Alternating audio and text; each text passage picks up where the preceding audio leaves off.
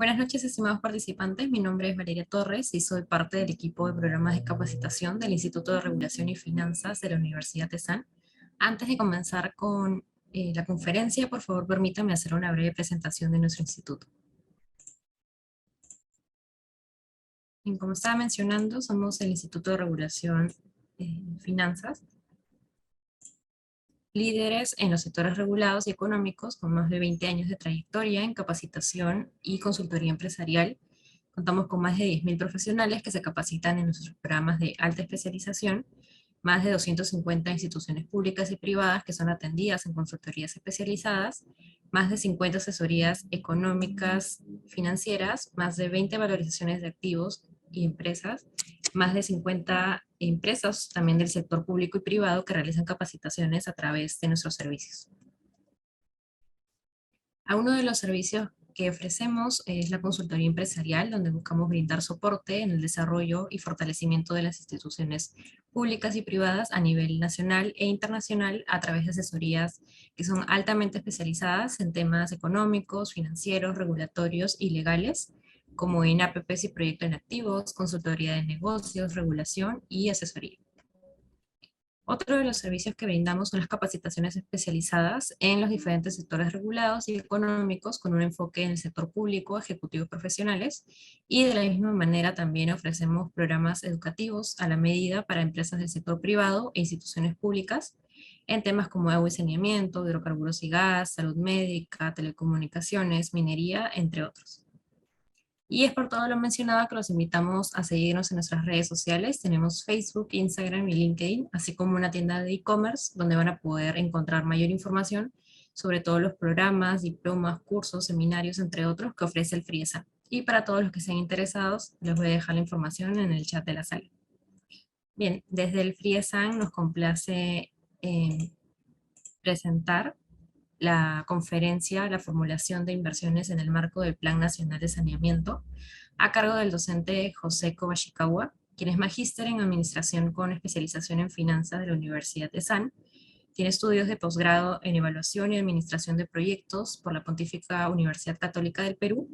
Tiene diplomado en Gerencia de Proyectos, es ingeniero sanitario de la Universidad Nacional de Ingeniería. Tiene experiencia en gestión y formulación de proyectos de saneamiento en ámbito urbano y rural.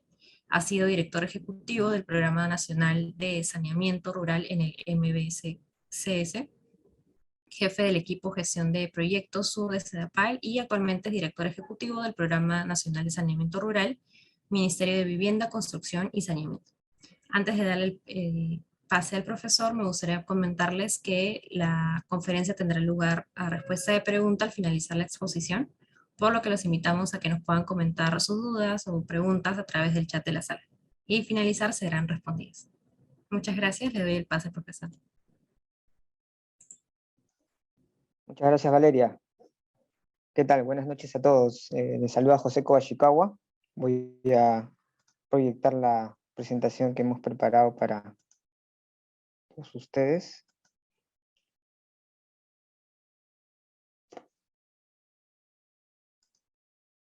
Ahí ya deben estar visualizando la presentación. Bueno, para comentarles un poco mi experiencia, como decía Valeria, soy ingeniero sanitario y los últimos 10 años he venido trabajando en el ámbito de la formulación de proyectos en lo que respecta a proyectos de agua potable y saneamiento, tanto en Lima como en ámbito urbano, ámbito rural. Así que el día de hoy un poco les voy a comentar lo que es la formulación de proyectos en el marco del Plan Nacional de Saneamiento. El Plan Nacional de Saneamiento es un instrumento con el que cuenta el Ministerio de Vivienda, ¿no? Que tiene un horizonte del año 2022 al año 2026, donde se encuentran justamente programadas las inversiones con el objeto del cierre de brechas dentro del sector. Pero para lograr ese cierre de brechas nos basamos en el Sistema Nacional de Programación Multianual de Gestión de Inversiones, que se conoce ahora como el INVIERTE, y obviamente tenemos también nuestro propio marco y nuestra normativa sectorial, ¿no? Entonces esos tres aspectos vamos a ver el día de hoy. Entonces, respecto al Plan Nacional de Saneamiento, debemos señalar primero que tenemos un diagnóstico, ¿no? Que al año 2021, Perú cuenta con más de 33 millones de habitantes, y de que estos 33 millones, el 81,5% habita en el ámbito urbano, mientras que el 18,5% restante habita en el ámbito rural. No hay una fuente de tendencia ya al ámbito urbano. Cabe señalar que para un tema de sector saneamiento se entiende el ámbito urbano como aquellos centros poblados que tienen una población mayor de 2.000 habitantes, y el ámbito rural para los que tienen menos de 2.000. Más allá de la configuración, lo que se tiene que tener en cuenta en este caso es el tema del tamaño de la población, de acuerdo a nuestro ley marco de los servicios de saneamiento, ¿no? Entonces, en temas de brecha, lo que tenemos actualmente es que a nivel nacional tenemos casi 2,9 millones de habitantes sin acceso a agua potable, ¿no? Es decir, el 9%. Mientras que hay más de 7,5 millones de personas que no tienen acceso a alcantarillado o a una adecuada disposición sanitaria discretas. Otros indicadores que tenemos en nuestro plan es que esto se divide en el ámbito urbano de la siguiente manera, que 1,35 millones de habitantes no tienen agua potable en el ámbito urbano y 1,53 millones de habitantes no tienen agua potable en el ámbito rural, ¿no? Mientras que en el ámbito urbano, 2,77 millones no tienen alcantarillado sanitario, y esto se vuelve más crítico en la zona rural porque más de 4,750,000 habitantes no tienen disposición sanitaria discretas, ¿no? Lo cual sí es bastante crítico. También tenemos indicadores como que el 17,1% de los hogares en la zona urbana tienen una continuidad del servicio, digamos 24 horas, mientras que el restante no llega a una continuidad, y que en la zona urbana, ¿no? Administrada por las EPS, el 77,8% de las aguas residuales ingresan a una planta de tratamiento para su adecuada y posterior disposición, ¿no? Acá hay un dato que no está mapeado, pero es interesante, que es el tema de la cloración. Por ejemplo, en el ámbito rural hay información, ¿no? De que solamente el 5% de la población en el ámbito rural cuenta con agua clorada, y el resto, que es en su gran mayoría, no cuenta con agua apta para consumo humano, ¿no? Lo cual es bastante crítico. Ahora, ¿cómo se elaboró el Plan Nacional de Saneamiento? Digamos, este plan se elaboró en plan de información ya actualizada de 24 planes regionales, es decir, recoge todos esos planes que han hecho cada gobierno regional dentro de su región, desde fines de 2020 hasta el primer semestre de 2021. Ahora, este Plan Nacional de Saneamiento es una, digamos, actualización del Plan Nacional anterior, que fue del año 2016 al 2021, pero acá ya tiene este insumo, a diferencia del anterior, de los planes regionales. Adicionalmente, se actualizan las metas del cierre de brechas. Vamos a ver un poco cuáles son las metas que se han programado previsto en el año 2026. Y también se han ajustado los montos de inversión en base a nuevos costos per cápita y obviamente a las metas, ¿no? Es decir, cuánto de inversión se requiere en los siguientes años para el cierre de brechas. Eso también está en nuestro Plan Nacional de Saneamiento. Va alineado a la política general de gobierno que fue aprobado por el actual gobierno, y determina objetivos específicos, líneas de acción e indicadores en este horizonte. Ahora, el Plan Nacional de Saneamiento tiene como objetivo, y acá vamos a ver un esquema, ¿no? En esta estructura, el objetivo es alcanzar el acceso universal, ¿no? Y que ese acceso universal sea sostenible y sea de calidad, obviamente en los servicios de saneamiento. Ese es el principal objetivo, digamos, de esta estructura.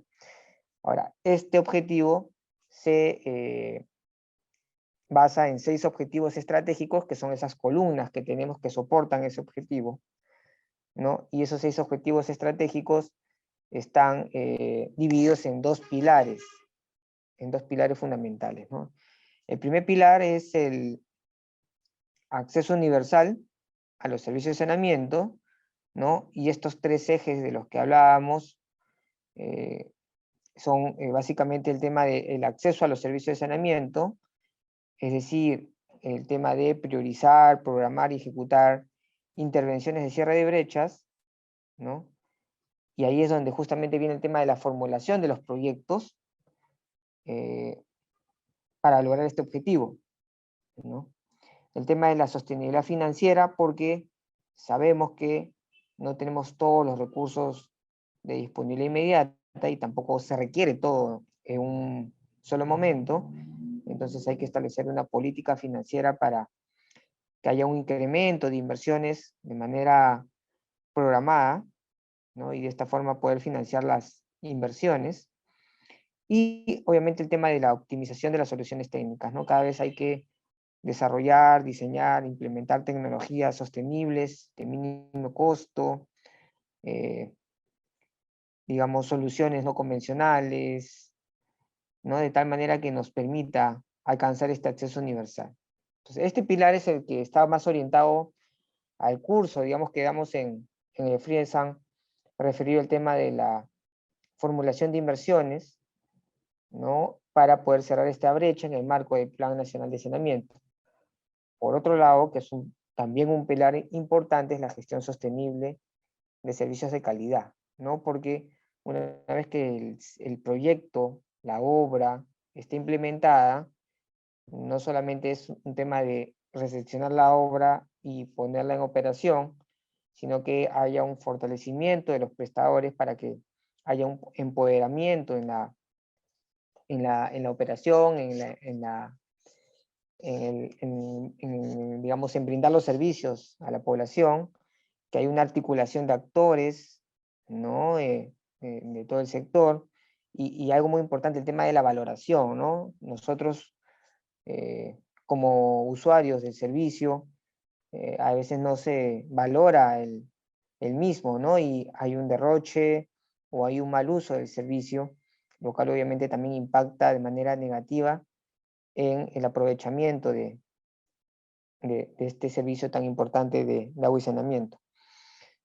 Entonces, por un lado tenemos el acceso a través de los proyectos y el otro tenemos ya la gestión sostenible, la sostenibilidad, la operación, para que estos proyectos puedan brindar los servicios en un periodo razonable para el cual se han diseñado, ¿no? Y de manera transversal hay enfoques, digamos, que, que son importantes para estos dos pilares, ¿no? Ahora, cada uno de estos objetivos estratégicos, ¿no?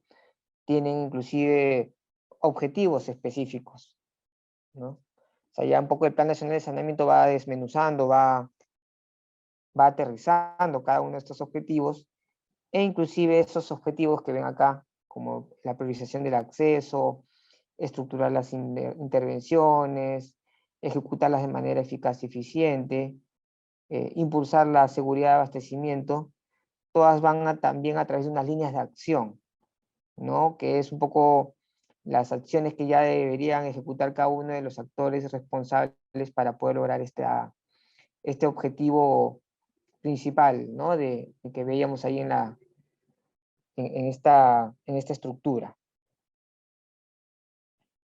Ahora, en el Plan Nacional de Saneamiento, para poder lograr este cierre de brechas, como les decía, hay una línea base ahí que habla de coberturas, y la meta en el 2026, en base a lo que se ha formulado, es lo que vemos, ¿no? Es poder llegar en la cobertura agua potable en el ámbito urbano de un 94.8 a un 98.2, son casi 4 puntos, ¿no? Que debe incrementarse la cobertura, que es bastante, ¿no? Cada esfuerzo, digamos, marginal es mayor para poder lograr el objetivo. En el caso rural, se debe pasar de un 77.6 a un 90%, que también es bastante complejo por la dispersión de las intervenciones que se tienen, ¿no? Y también hay un marginal ahí de que hay centros poblados que tienen muy poca población, y igual se requiere un proyecto, obviamente, para poder cerrar la brecha, entonces se requiere igual un esfuerzo importante, ¿no? En términos de alcantarillado sanitario o disposición sanitaria discretas, es pasar de un 89.2 a un 90.9, que no es una diferencia muy significativa, podría verse, digamos, ¿no? Y en el tema de alcantarillado sanitario, pasaría de un 30.2 a un 47.2, ¿no? Que es el indicador seguramente más bajo que se tiene en tema de servicios de saneamiento, ¿no? Está bastante relegado todavía el tema de la disposición sanitaria discreta en el ámbito rural. Y el tratamiento de aguas residuales es pasar de un 77.5 a un 88.1, ¿no? En temas de tratamiento. Esas son las metas que están previstas en el Plan Nacional de Saneamiento, y para ello se requiere una inversión importante de 41.000 millones, ¿no? En estos 5 años de análisis, de los cuales el 65% estaría destinado a temas de ampliación de cobertura, de cierre de brechas, básicamente o principalmente en temas de agua potable, el 29% en temas de rehabilitación y mejoramiento, porque también se requiere mejorar los temas, como veíamos, de la continuidad del servicio, por ejemplo, ¿no? Y el tema de la sostenibilidad, también un 5.4%, para poder garantizar que estas inversiones también tengan una operatividad necesaria o mínima, ¿no? Que la obra que se ejecute al quinto año o inclusive al tercer año no se vea paralizada, no se vea que está inoperativa, ¿no? Por una mala, podría ser capacitación, por una mala administración o gestión del mismo servicio, ¿no?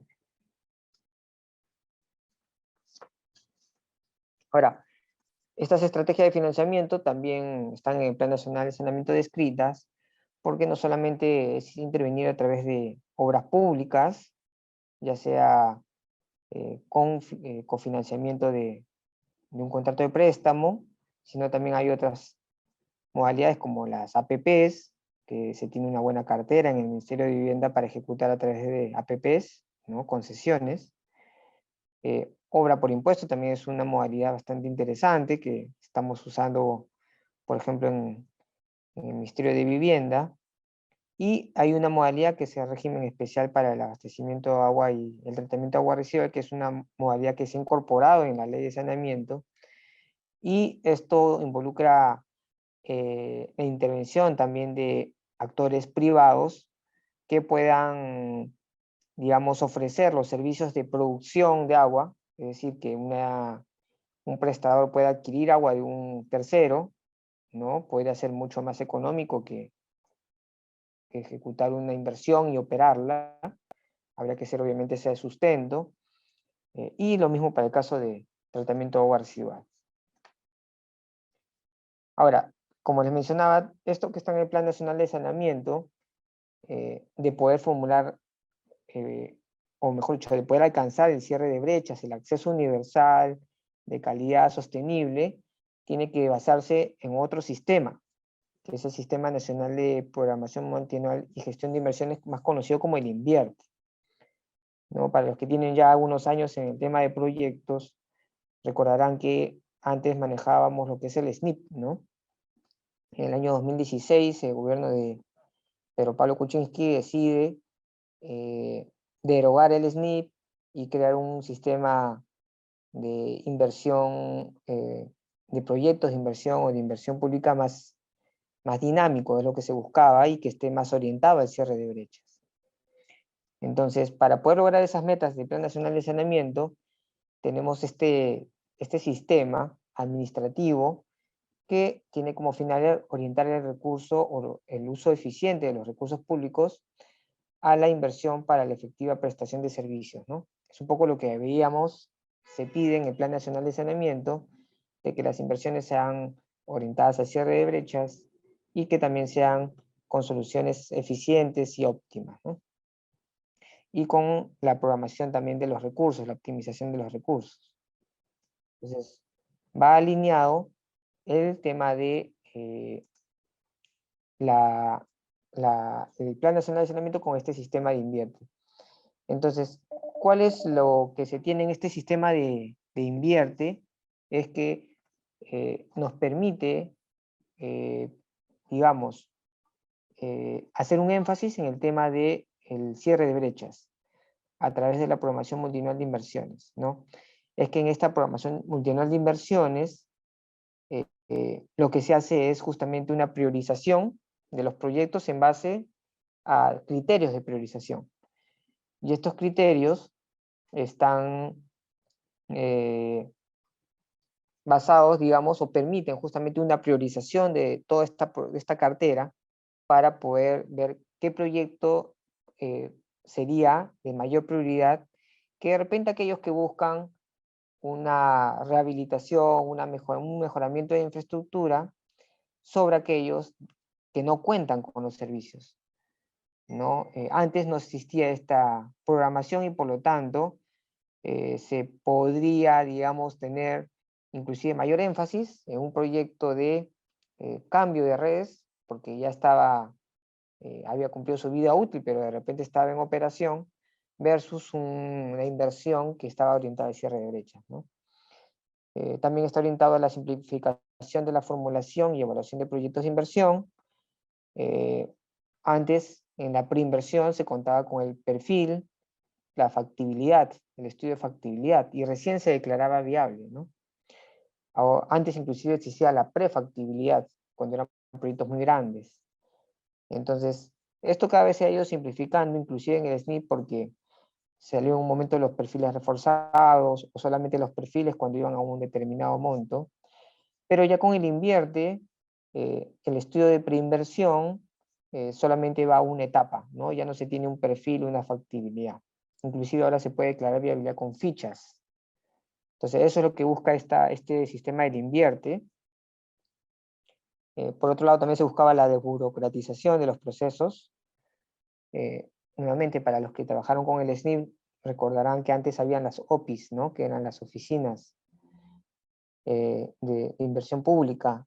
Y estas oficinas, inclusive había casos en los cuales llegaban a aprobar los términos de referencia para convocar un perfil, ¿no?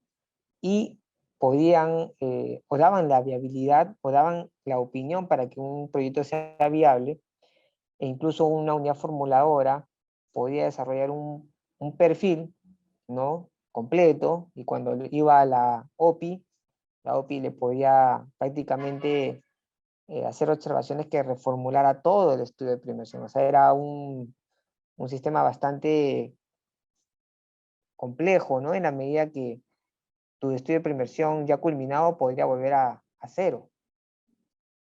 Y generaba muchos temas contractuales, ¿no? Con los consultores, que generaba pues una demora. Yo me acuerdo que las preinversiones podían durar 2, 3, 4 años. He visto casos en los cuales han estado inclusive en arbitrajes que han durado 7, 8 años para declararse viabilidad a un proyecto, ¿no? Y el establecimiento de un sistema de seguimiento y evaluación de inversión pública.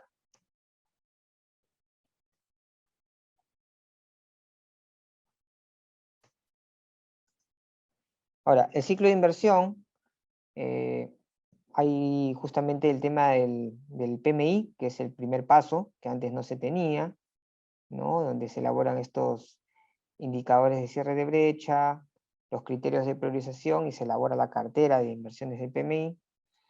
El siguiente paso es la formulación, ¿no? Ahí justamente les indicó, ya se puede declarar la viabilidad con fichas o con un estudio de preinversión a nivel de perfil, dependiendo de los casos, vamos a verlo rápidamente más adelante.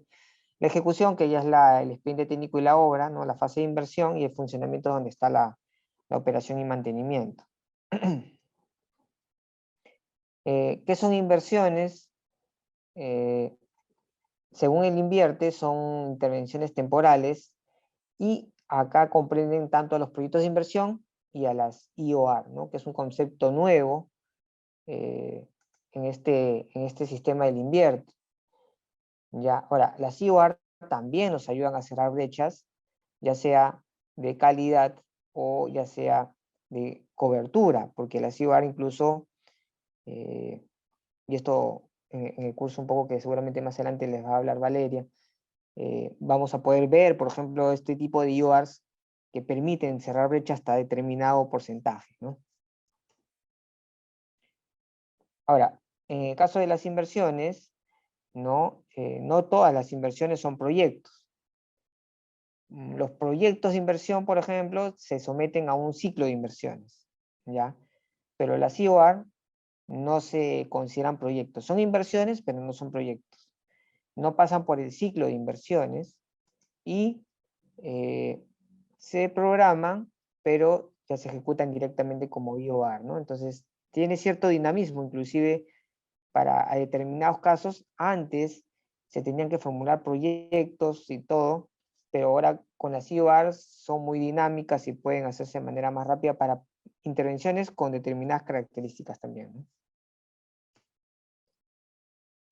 Los proyectos de inversión sí corresponden a intervenciones, digamos, bueno, son temporales, ¿no? Que tienen un financiamiento de recursos públicos, ya sea total o parcial, y acá están destinadas a formar capital físico, humano, institucional, ¿no? Intelectual, que tenga como propósito la creación, ampliación o mejoramiento de un bien o servicio, ¿ya? Y esto lo usan obviamente todos los sectores de, del- de la inversión pública, del sector público, ¿no? Llámese transportes, educación, salud, energía y minas, ¿no? Por otro lado, las IOR son intervenciones ya más puntuales sobre uno o más activos estratégicos, ¿no? que integran una unidad productora en funcionamiento. Las unidades productoras son los servicios, eh, digamos, que hay en el sector, llámese de agua potable, de alcantarillado, de tratamiento de aguas residuales, lo vamos a ver en un ratito más adelante, y los activos estratégicos son componentes de estas unidades productoras que incluso ya están aprobadas dentro del ministerio, hablando de nuestro sector saneamiento, ya están aprobadas por el Ministerio de Vivienda, que es el ente rector, ¿ya? Las CIBAR también, como les decía, contribuyen al cierre de brechas de infraestructura, ¿no? O inclusive de acceso, al impedir que una capacidad de producción pueda disminuir, es decir, una planta de tratamiento que ha visto reducida su capacidad por el tema, por ejemplo, del tiempo, de la acumulación de los, a través de una IOR justamente se puede recuperar la capacidad de producción inicial o de diseño, ¿no?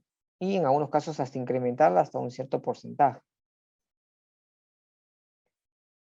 Ahora, en el tema de la norma ya referida al sector saneamiento, debemos acá sí tener en cuenta que tenemos un decreto legislativo que es el 1280, que es la ley marco de los servicios de saneamiento que fue aprobada en el año 2016, es como, digamos, el gran marco normativo que se tiene en el sector, y se tiene el reglamento de este decreto legislativo en el cual se da varios lineamientos, ¿no? Uno de ellos justamente es el tema de los servicios de saneamiento, ¿no? Acá está definido ya cuáles son los servicios que vienen a ser finalmente las unidades productoras que hablábamos en la lámina anterior, ¿no? Tenemos el servicio de agua potable, que viene desde la captación del agua cruda hasta su distribución, su entrega a la vivienda, que pasa por obviamente los procesos de tratamiento, de conducción primaria, de almacenamiento, ¿no? A través de grandes reservorios y de distribución. Por otro lado, tenemos el servicio de alcantarillado, que comprende los procesos de recolección, conducción, ¿no? Hasta el punto de entrega para el tratamiento. Y en el caso, o mejor dicho, primero viene el tema del tratamiento de aguas residuales, que es hasta el punto en el cual se reciben las aguas residuales hasta la disposición final o hasta su reuso según corresponda, ¿no? A través de una planta de tratamiento. Y tenemos finalmente el tema del servicio de disposición sanitaria discretas, que es básicamente para el ámbito rural, ¿no? Que comprende los procesos para disposición final del agua residual, o una disposición intradomiciliaria, ¿no? Acá en el ámbito rural se puede usar las opciones de con arrastre y sin arrastre hidráulico, que están dentro de las opciones técnicas de diseño. Acá podemos esquematizar mejor, ¿no? Bueno, para aquellos que están o trabajan o han visto el sector saneamiento, es muy fácil, digamos, ubicarse dentro de estos servicios, de estos componentes, ¿no? Ahí en el ámbito urbano, por ejemplo, el servicio de agua potable, como hablábamos, va el sistema de producción y el sistema de distribución, ¿no? Luego tenemos ya el servicio de alcantarillado sanitario, que es prácticamente la recolección y conducción de las aguas residuales hasta una planta de tratamiento. Y el tercer servicio es el servicio de tratamiento de aguas residuales, que es el tratamiento hasta su disposición final, ¿no? En el caso de ámbito rural, la diferencia que tenemos es que predomina el tema del servicio de disposición sanitaria de excretas a través de una UVS, ¿no? Que es los diseños que se han estandarizado ya para la disposición sanitaria de excretas, y lo que se busca es justamente esta solución intradomiciliaria que está normada para que se use en el ámbito rural, porque lo que se quiere acá es evitar un servicio de alcantarillado sanitario en la medida que la operación y mantenimiento en un ámbito rural a través de unos colectores es más complejo, ¿no? Se tiene que contar con personal capacitado, con herramientas, con máquinas, ya sea máquina de baldes o una hidrojet, para poder darle mantenimiento y limpieza a los colectores, ¿no? Que estos, inclusive en el ámbito rural, serían más requeridos, porque por un lado se tienen lluvias que colmatarían los colectores, y por otro lado, la población tan pequeña no favorece a que haya un arrastre hidráulico para que las aguas residuales que son recolectadas de las viviendas puedan llegar hasta un punto de disposición final, hasta una planta de tratamiento.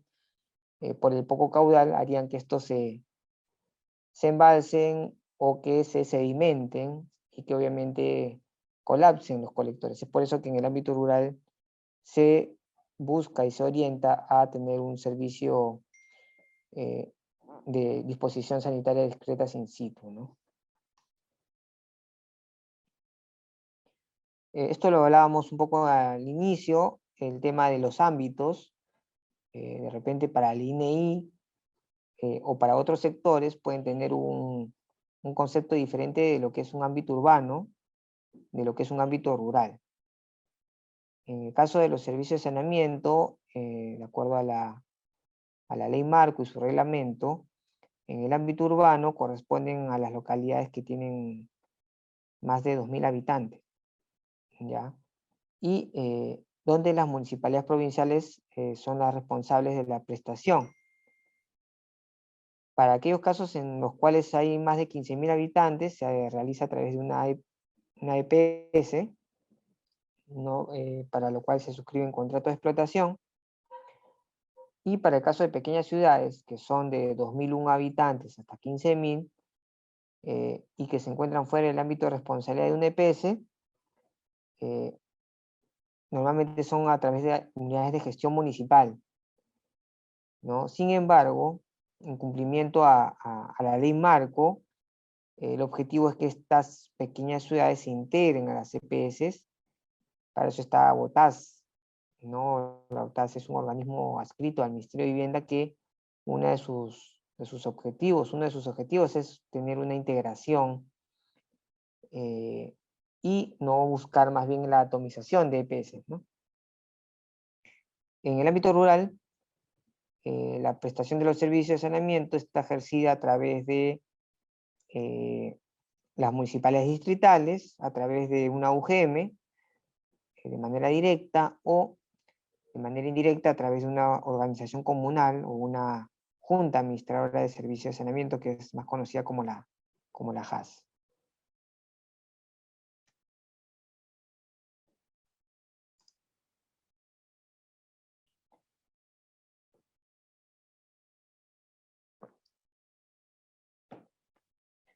Vamos a ver un poco los actores involucrados en el sector saneamiento, ¿no? Por un lado, tenemos la rectoría del sector que la ejerce el Ministerio de Vivienda, Construcción y Saneamiento, y obviamente en el ámbito urbano, en el ámbito rural.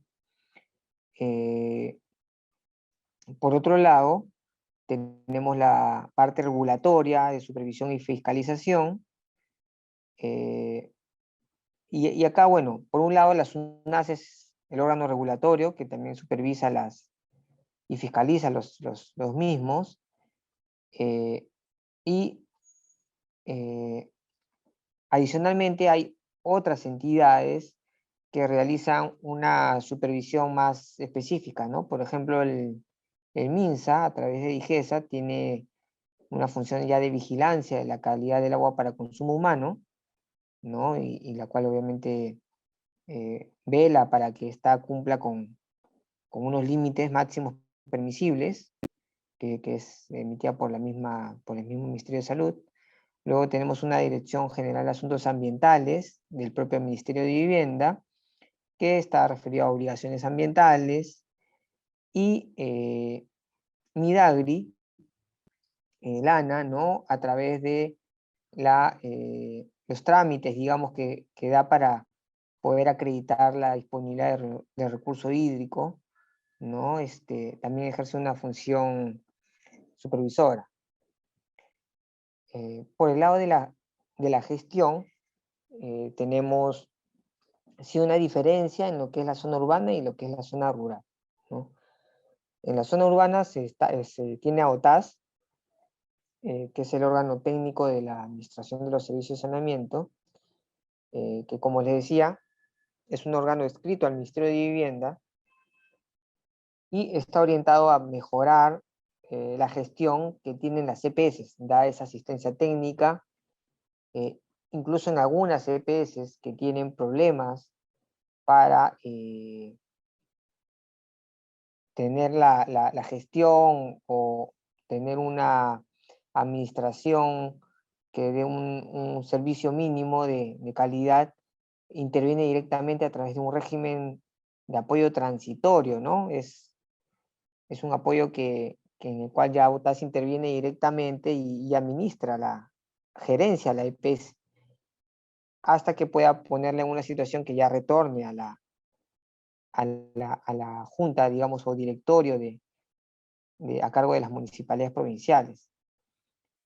Por otro lado, en el ámbito rural se tiene ya directamente al PNCR, al Programa Nacional de Saneamiento Rural del Ministerio de Vivienda, y a las direcciones regionales de vivienda, construcción y saneamiento de los gobiernos regionales, y a las ATMs de los gobiernos locales, quienes dan ese soporte, esa capacitación a los que prestan el servicio, ¿no? Vamos a ver quiénes son más adelante. Justamente hablando de la prestación del servicio, en el ámbito urbano tenemos a las EPS, las empresas prestadoras, ¿no? Y en algunos casos a través de las UGM, una prestación directa a través de la UGM, que son conformadas dentro de la municipalidad, ¿no? Actualmente, para conformar una UGM, tienen que pedir una autorización a la SUNAS, por ejemplo, que ya por la experiencia que estamos viendo, en la política de integración se está previendo de que no se fomente más creación de UGMs, sino más bien se integren a EPS, ¿no? Entonces se da excepcionalidades, creo que muy contadas y de acuerdo a algún sustento que seguramente se evalúa. Por otro lado, en el ámbito rural tenemos lo que son las UGMs, ¿no? Que son creadas a través de las municipalidades, o las JAS, que son ya la población organizada, ¿no? A través de una junta, administra directamente los servicios. Eso es en cuanto a la prestación. Y en cuanto a la formulación y ejecución, que es lo que estamos un poco enfocados al tema del cierre de brechas, ¿quiénes son los que formulan y ejecutan proyectos o inversiones? ¿No? En la zona urbana, por ejemplo, tenemos programas del propio ministerio, que son el PNSU, ¿no? El Programa Nacional de Saneamiento Urbano, y el PAS-LC, que es el Programa de Agua Segura para Lima y Callao, ¿no? Están también los gobiernos locales, los gobiernos regionales, las EPS formulan también proyectos, el ministerio inclusive les da asistencia técnica para que formulen, ¿no? Y luego financiarle estos proyectos. En el ámbito rural está PNCR, ¿no? El par del PNCU, y los gobiernos locales y los gobiernos regionales, ¿no? Acá no entran las CPS. Y se tienen otros actores como la cooperación internacional que financia los proyectos, los contratistas, los consultores, la sociedad civil, es importante también como actor en nuestro sector saneamiento, ¿no? Ahora, algunos documentos técnicos que se usan para la formulación de proyectos. Entendamos que dentro del Invierte y dentro del sector hay toda una normativa, ¿no? En el Invierte, la principal norma o normas son la ley que crea el Invierte y su reglamento, y luego ya han salido dispositivos legales de menor rango como directivas que justamente nos dan esa, ese marco legal o ese instrumento para poder formular los proyectos. ¿Ya? Entonces, en el artículo 22, por ejemplo, del Sistema Nacional de Programación Multianual, se establece los niveles para declarar la viabilidad de los proyectos de inversión según la complejidad que van a tener. No sé si recuerdan, en una de las láminas anteriores les hablaba de que ya el Invierte te permite declarar viable con fichas o con perfil, ¿no? Ya no hay acá la factibilidad menos la prefactibilidad. Entonces, por ejemplo, ¿no? Lo que menciona el Invierte es que para determinados montos de inversión, ¿no? Hasta determinados topes, se pueden declarar viables con fichas técnicas simplificadas, con fichas técnicas estándar,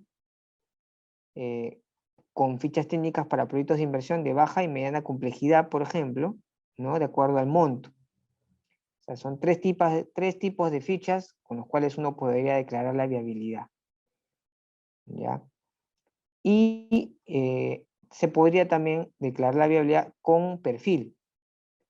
Ahora, el perfil obviamente requiere de mayor información que una ficha, y para esto, digamos que se requiere cuando existe un alto nivel de incertidumbre respecto al valor que puedan tomar las variables, ya sea técnica, económica, ambiental, cuando no haya una experiencia suficiente en la formulación y ejecución de proyectos, y cuando su modalidad de ejecución sea a través de una APP, ¿no?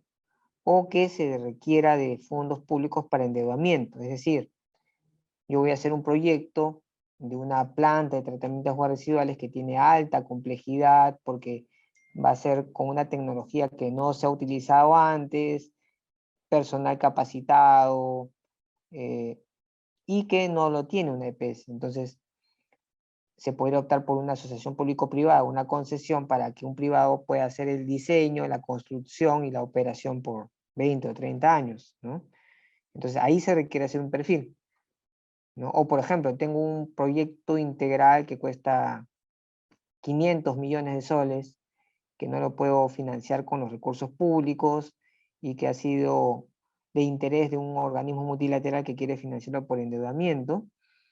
Acá también tengo que hacer un perfil, no puedo hacerlo a través de una ficha. Inclusive, en estos casos de endeudamiento, la viabilidad tiene que ser como una opinión del MEF, de la Dirección de Inversiones del MEF, no solamente de la entidad. Ya, entonces acá hay algunos temas a tomar en cuenta para la formulación de proyectos. Y ya específicamente si hablamos del sector saneamiento, porque lo que hablábamos era del marco general del Invierte, ya el propio Ministerio de Vivienda ha establecido a través de resolución ministerial, ¿no? Una norma interna, la metodología para la formulación y evaluación de proyectos de inversión para el ámbito urbano y rural. Entonces, esa metodología ha establecido que se tiene fichas técnicas estándar para formular proyectos de saneamiento en el ámbito urbano y ficha técnica estándar para formular proyectos en el ámbito rural. ¿Ya? Entonces, ya acá no vamos a utilizar ni la ficha técnica simplificada ni la ficha técnica para proyectos de inversión de baja y mediana complejidad. ¿Por qué? Porque como dice acá, la ficha técnica estándar es, digamos, de acuerdo al sector competente, puede definir su tipología de proyecto. Entonces, como el Ministerio ha sustentado que sus proyectos son estándar, es decir, todos los proyectos de saneamiento urbano y rural tienen determinados componentes, captación, reservorios, plantas de tratamiento, eh, colectores, buzones, conexiones, cámaras de bombeo, etcétera, ¿no? Como ya son estándar estos componentes, se sabe qué componentes lo conforman, ya se estableció una ficha técnica estándar. Entonces, ya no se requiere usar otro tipo de fichas, que es un error que también se ha visto, han cometido algunos gobiernos locales de haber usado una ficha técnica simplificada en base al monto, ¿no? Pero nuevamente, ya el sector ha establecido que solamente sería una ficha técnica estándar. ¿En qué casos no se puede usar ficha técnica estándar? Cuando son componentes que no están estandarizados o que no son comunes, ¿no? Entonces, por ejemplo, ya acá con la resolución ministerial 253 se establece que para el caso urbano, ¿no? Si es un proyecto mayor, o mejor dicho, menor o igual a 100.000 UITs, se puede usar ficha técnica estándar. Pero si es mayor a las 100.000 UITs, o es decir, mayor a 460 millones, tiene que ser perfil de todas maneras. ¿Ya? Ahora, ¿qué pasa si el proyecto tiene un costo de inversión menor a 460 millones, pero tienen componentes no estandarizables? Tenemos que hacer perfil. Ya no se puede aplicar la ficha técnica estándar, justamente porque los componentes son no estandarizables. ¿Y qué componentes son? Son normalmente para obras que tienen trasvases, ¿no? Para el tema del agua cruda, represas, tratamientos con procesos de desalinización, que tampoco son procesos, digamos, comunes, y emisarios submarinos. Ya son componentes que se han definido como no estandarizables. Y para el ámbito rural son obviamente montos menores. Si es menor o igual a 15.000 UITs, 69 millones, se puede usar una ficha técnica estándar, y mayor a 15.000 UITs, o sea, mayor a 69 millones, tiene que ser perfil. Sabemos que los proyectos rurales pues, son más pequeños en montos de inversión, ¿no? Pero la mayoría deberían caber dentro de una ficha técnica estándar, ¿ya? Esto es importante para recordar, porque esto podría generar que se cometa errores en la formulación, ¿no? Entonces, esos son algunos alcances que queríamos darles respecto a la formulación de proyectos en el marco del Plan Nacional de Saneamiento. Como ustedes verán, este plan que es bastante voluminoso por la cantidad de inversiones que se han previsto ejecutar en los próximos años, con un monto de inversión bastante considerable de casi 41.000 millones de soles, requiere pues de la formulación de proyectos de manera eficiente, la formulación de proyectos que estén orientados al cierre de brechas. Mucho se ha invertido seguramente en años anteriores, y seguramente hasta la fecha también, aunque en menor proporción, inversiones que no tienen un gran impacto en el cierre de brechas y que más bien están orientadas de repente a temas de rehabilitación, de reposición, que no contribuyen al objetivo que hemos visto en el Plan Nacional. Entonces, es por eso la importancia de tener un Plan Nacional de Saneamiento y por otro lado un sistema de proyectos o de inversión pública que permita la formulación de proyectos de manera eficiente. Espero que haya sido de su interés esta conferencia y también obviamente les anime a poder llevar justamente uno de los cursos a los cuales yo estoy a cargo, que es la formulación de proyectos, ¿no? En el marco de un diplomado que ya les va a comentar Valeria, para que puedan animarse y puedan justamente, en el caso de que ya estén en este rubro, para que puedan fortalecer y puedan eh, reforzar conocimientos, ¿no? Del invierte específicamente en el sector saneamiento, o para aquellos que puedan animarse justamente a involucrarse o a explorar este tema de los proyectos de inversión. Gracias nuevamente por su amable atención y también presto para poder atender consultas o comentarios que quieran hacernos los participantes. Valeria. Sí, muchas gracias, profesor, por su explicación. A nombre del FRIESAM le damos las gracias por estar el día de hoy con nosotros abordando ese tema tan interesante. Y como mencionaba bien el profesor, invitarlos a todos los participantes a que puedan realizar sus consultas a través del chat o si desean pueden levantar la mano y activar su micrófono por si tienen alguna duda sobre la conferencia del día de hoy. Sí, Daniel Pérez puede activar su micrófono. Buenas noches con todos, buenas noches, ingeniero José. Quería hacer una consulta un poco amarrado al tema. Eh, Dentro del plan multianual, ¿no? De todo esto de cierre de brechas y demás, ¿hay un programa o se tiene pensado en algún momento eh, enfocarse un poco al seguimiento de los proyectos en ámbito rural? ¿No? Ya el tema urbano y tema ya que lo ven las municipalidades como que se puede controlar un poco más teniendo en cuenta que van a pasar a EPS, ¿no? En algún momento. Pero en el tema rural, ¿se tiene algún programa de seguimiento o de mejoramiento? Porque finalmente las HAS, ¿no? Si bien se autofinancian, se autosustentan, en la parte técnica, ¿no? De acuerdo en clorar sus reservorios, el agua que toman, ¿no? En mantener las unidades básicas de saneamiento, puede haber deficiencias que no se puedan estar detectando y que finalmente repercuten en la calidad de vida de esas personas, ¿no? ¿Se tiene algo así, ingeniero, o no? O simplemente desde este aspecto es simplemente hacerle ese proyecto y pues bueno, para cerrar las brechas nada más, ¿no? Esa era mi consulta. Muchas gracias. Vamos respondiendo, Valeria, ¿no? Las consultas. En el caso del ámbito rural, efectivamente, Daniel, es sumamente complejo. La misma dispersión y atomización pues, de los centros poblados hace que el control sea más difícil.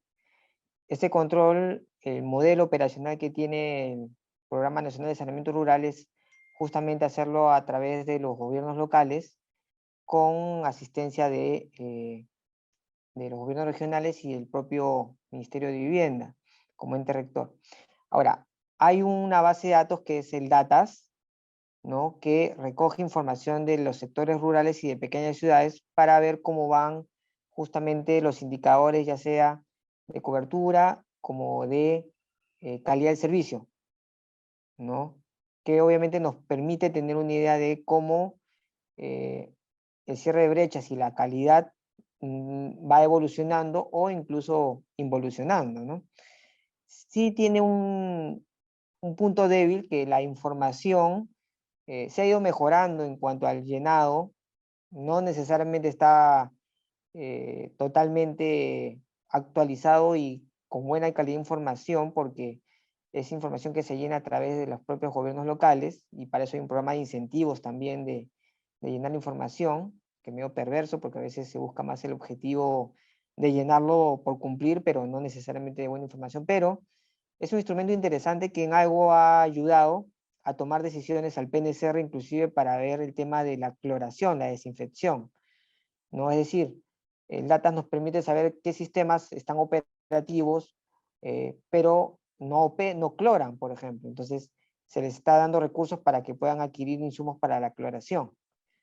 Entonces, sí en algo está ayudando, no en algo, sí está ayudando en el tema del seguimiento a la gestión, a la operación del servicio en el ámbito rural. No es un instrumento que tiene pocos años, pero es interesante. Bien, muchas gracias por la respuesta. No sé si hay otro participante que tenga alguna duda, alguna consulta. Puede de igual manera levantar la mano y activar su micrófono o realizar su consulta por el chat.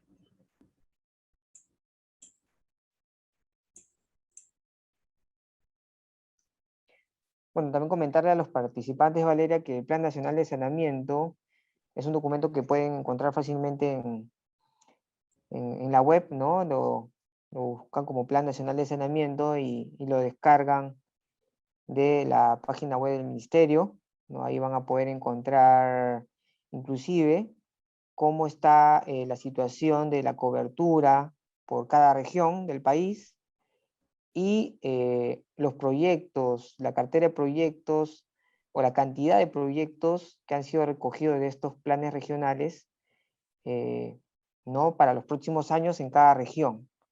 Es un documento interesante para los que están en el sector, para que lo puedan descargar, lo puedan revisar. Listo, gracias por la información para todos. Le damos el pase a Ciro Liberato, quien está levantando la mano. Puede activar su micrófono. Buenas noches y felicitaciones por la ponencia. Mi pregunta es, escuché que el alcalde decía de un distrito de que no podía entregar la obra de agua potable y por lo tanto, a consecuencia de eso, no se podía activar otros proyectos en curso que estaban. No sé si no está en el tema, pero me gustaría que me pueda sacar de las dudas, ¿no? Por favor. Claro que sí. Bueno, ahí se podría dar un entendimiento de dos formas, ¿no? Hay casos en los cuales se ejecutan las obras por las municipalidades y posteriormente pasan a ser operadas por una EPS, ¿no? Ha habido casos en los cuales la EPS no ha querido recibir la obra porque consideran que no ha sido diseñada o no ha sido supervisada o coordinada con la EPS. Entonces son obras que finalmente se culminan y no se pueden transferir a las EPS. Estoy hablando de un caso, después les voy a comentar así otros. ¿Ya? Entonces, ¿qué se hace actualmente en los proyectos que están en el ámbito de una EPS para poder transferirle recursos? Involucrar a la EPS desde un inicio, es decir, el expediente técnico que es presentado por la municipalidad tiene que tener una factibilidad primero de la EPS y una opinión favorable del planteamiento técnico, ¿no? Entonces, lo involucramos a la EPS desde la formulación del proyecto, desde la solución técnica. Segundo, cuando se le transfiere recursos, se hace de tal manera que la municipalidad lo ejecuta y la EPS lo supervisa, es decir, se transfiere recursos para la municipalidad y se transfiere recursos para la EPS de tal manera que haya una supervisión e involucramiento de la EPS que después no, digamos, puedan salir observaciones que justamente generen una obra que no opere, ¿no? Entonces, ese podría ser un caso de comentario del alcalde que he escuchado el participante, o puede ser casos que,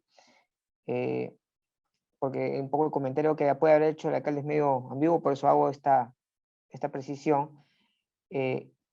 Nosotros, como política en el ministerio, se tenía de que si la municipalidad había sido receptora de recursos de una obra y esta no había podido ser culminada por una paralización, lo que se hacía era no financiar más obras. Ya era como una especie de restricción para poder transferir o financiar más proyectos. Entonces, ¿qué se buscaba? Que el alcalde se preocupe primero en reactivar la obra paralizada y luego ver obras nuevas. O sea, no hagas obras nuevas si no terminas una obra paralizada.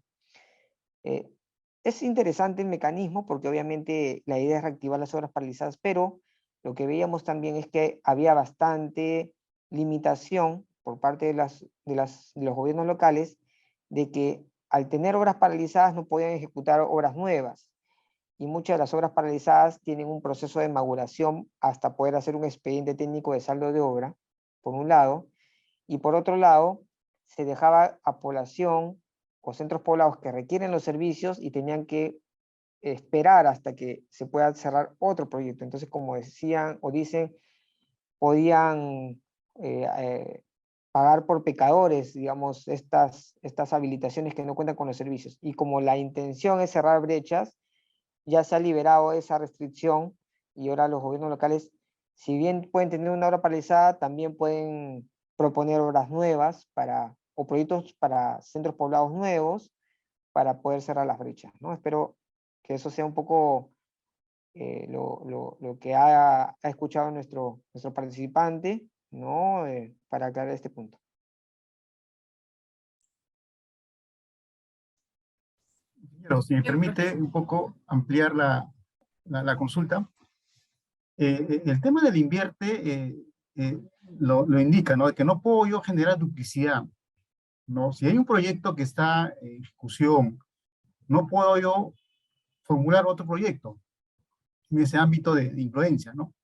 Lo que tengo que hacer es cerrar ese proyecto, ¿no? Y recién formular un nuevo proyecto, ¿no? Entonces, la norma del invierte P lo señala así con claridad, o sea, no puedo duplicar inversiones, ¿no? Eso sería más o menos la respuesta, ingeniero. Gracias. Bueno, no tuvo oportunidad de presentarlo a Oscar, que me acompaña también en el dictado de las clases que tenemos con el curso de formulación de proyectos. Oscar tiene mucha experiencia en el tema de los registros, el tema del banco de inversiones, y si se animan un poco a llevar el curso con nosotros, ahí Oscar les puede enseñar muchos casos prácticos, entrar al banco de inversiones, vamos a explorar mucho todo este sistema que tiene el MEF para el registro de las inversiones y vamos a ver, digamos, con casos prácticos cómo se hacen los registros en el banco. Algunos habrán escuchado que ven proyectos formato 8A, formato 12B, formato 7C.